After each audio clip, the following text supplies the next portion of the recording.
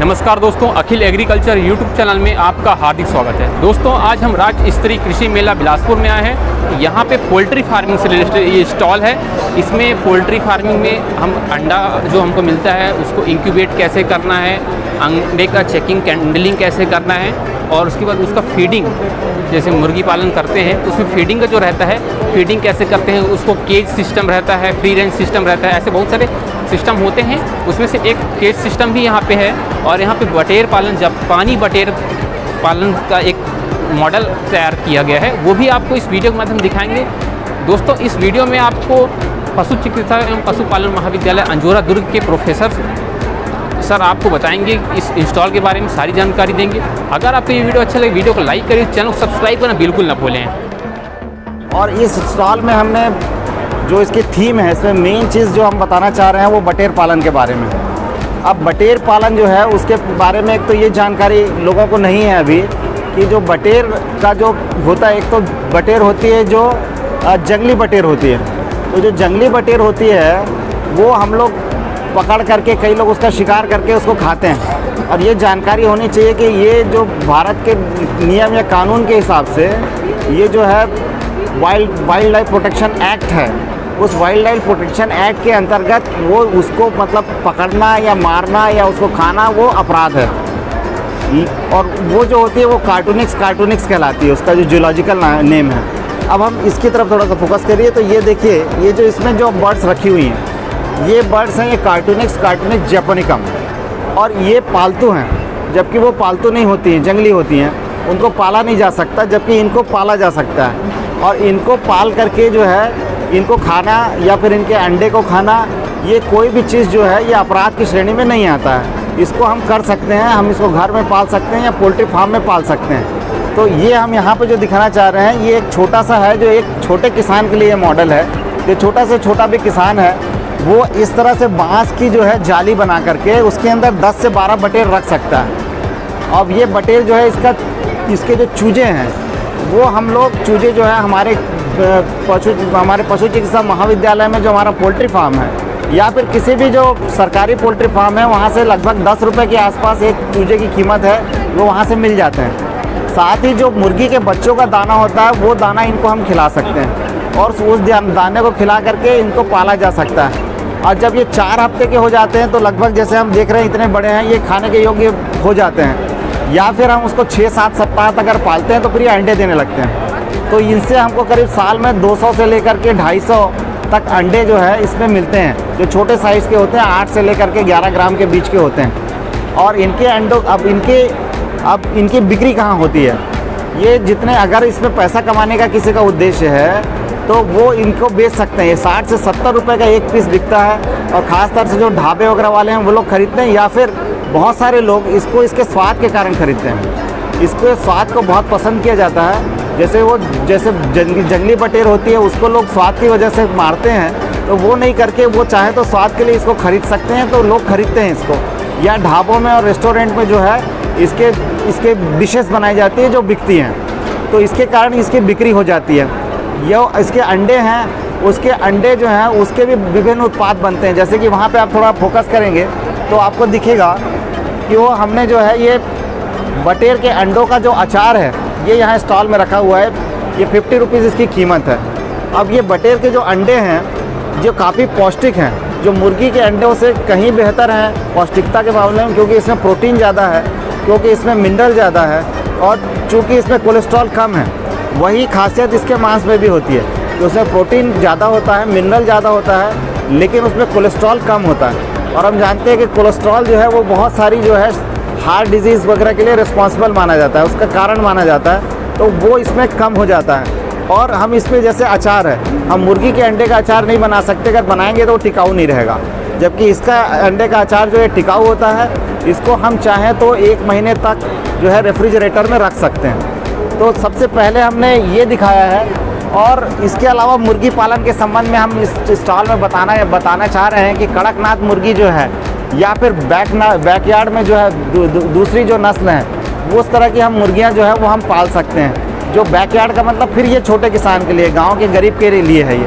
अच्छा, इसमें एक चीज़ ये बताना चाहूँगा कि ये जो पिंजरा बना हुआ है ये पिंजरा घर में बना सकता है कोई भी जो आदमी है, जो इसमें जो सामान लगा है मुश्किल से 700-800 रुपये का सामान लगा है। और बाकी अगर इसको हम बनवा के भी कमर्शियली हम लोगों ने लिया है तो ये 1400 रुपये का हमको पड़ा है, ठीक है।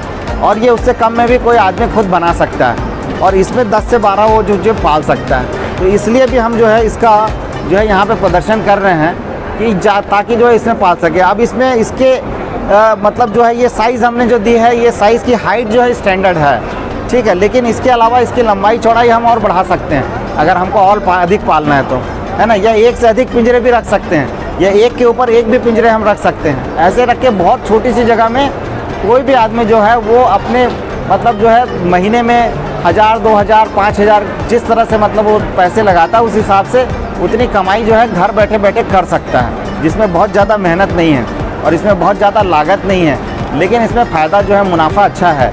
यही सब बताने के लिए इस स्टॉल को हमने बनाया हुआ है। इसके अलावा हम ये बताना चाह रहे हैं कि जो मुनगा जो होता है उसकी जो पत्तियाँ होती है उसको भी हम आहार के रूप में दे सकते हैं। और ये जो बटेर पालन के लिए जो पूरे बांस का हमने बनाया उसका हमने वहाँ पे आप दिखाएंगे, उधर फोकस करेंगे अगर, तो हमने पूरा के पूरा लिखा है कि क्या क्या चीज़ें जो हैं किस तरह से वो बनता है, उसको बनाने के लिए किन चीज़ों की आवश्यकता होती है, वो सारी चीज़ें हमने लिखी हुई है। इसके अलावा कुछ हमारे जो वेटनरी ये कॉलेज है या हमारी जो यूनिवर्सिटी है दाऊ श्री वासुदेव चंद्राकर कामधेनु विश्वविद्यालय, उसकी जो विभिन्न एक्टिविटीज़ हैं, जैसे कि वहाँ पे हम लोग ट्रेनिंग्स देते हैं आर्टिफिशियल इंसेमिनेशन के लिए मैत्री योजना के अंतर्गत। और जैसे कि हम जो है ये लोगों को बताते हैं कि किस तरह से जैसे बकरियों का आवास है या मुर्गियों का आवास है या फिर बड़े पशुओं का जो हम जो गाय भैंसे पालते हैं उनका आवास है वो किस तरह से होना चाहिए, ये सारी चीज़ें, उनको क्या क्या खिलाना चाहिए, ये सारी चीज़ें बताते हैं। ये एक हमने छोटे साइज़ का यहाँ पे जो है वो रखा हुआ है, ब्रूडर रखा हुआ है, ये जो इंक्यूबेटर रखा हुआ है जिसमें अंडों को, जैसे बटेर के अंडे हैं या किसी भी उसके अंडे हैं, उसमें जो है वो अंडे जो हैं उससे बच्चे निकाले जा सकते हैं। एक बहुत छोटा सा हैंडी है और ये ऑटोमेटिक है। इसको कोई आदमी घर में भी रख सकता है या कहीं भी अपनी छोटी सी जगह में रख के, और जैसे इसमें 42 इसमें हैं, अगर हम 80% ही मानते हैं तो करीब 30, 35, 40 करीब बच्चे इसमें निकल सकते हैं। 30 से 35 से लेकर 40 बच्चे तक इसमें मिल सकते हैं हमको।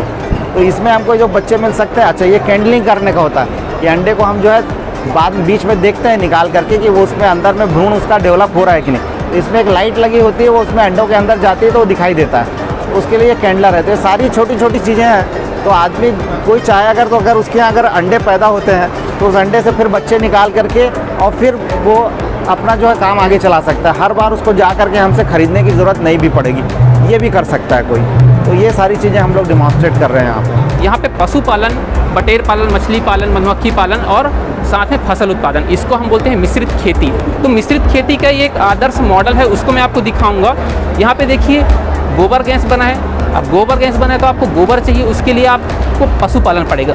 पशु पालने के लिए यहाँ पे देखिए गाय भैंस का मॉडल है ना। गाय भैंस से जो हमको गोबर मिलता है, गोबर से हम गोबर गैस बनाते हैं और वर्मी कंपोस्ट भी बनाते हैं, गोबर ही बनाते हैं। उसके बाद हम गेहूं का मतलब धान या फिर गेहूं कुछ भी उगाते हैं, कोई भी फसल, उसका एक्सट्रैक्ट पदार्थ पैरा होता है। पैरा को हम पशुओं को भी खिलाते हैं और इसका क्या है वर्मी कंपोस्ट वगैरह बना सकते हैं हम लोग। और ये किसान का परिवार है। और यहाँ पे हम मुर्गी पालन भी किए हैं और बतख पालन किए हैं। ये जो आदर्श मॉडल हैं इसमें ऐसा फार्मिंग सिस्टम बताया है कि जो एक दूसरे का इसका यूज कर सकते हैं। अगर हम क्रॉप प्रोडक्शन कर रहे हैं तो उसका एक्सट्रैक्ट पदार्थ को हम एनिमल के लिए यूज करेंगे। एनिमल का जो एक्सट्रैक्ट पदार्थ होता है उसको बायोफ्यूल के लिए, गोबर गैस के लिए या फिर वर्मी कंपोस्ट बनाने के लिए, कंपोस्ट बनाने के लिए यूज करेंगे। और यहाँ पे जो मुर्गी पालन करते हैं, बतख पालन करते हैं और इससे भी हम अच्छा अर्निंग कर सकते हैं किसान भाई। इस प्रकार ये आदर्श मॉडल है।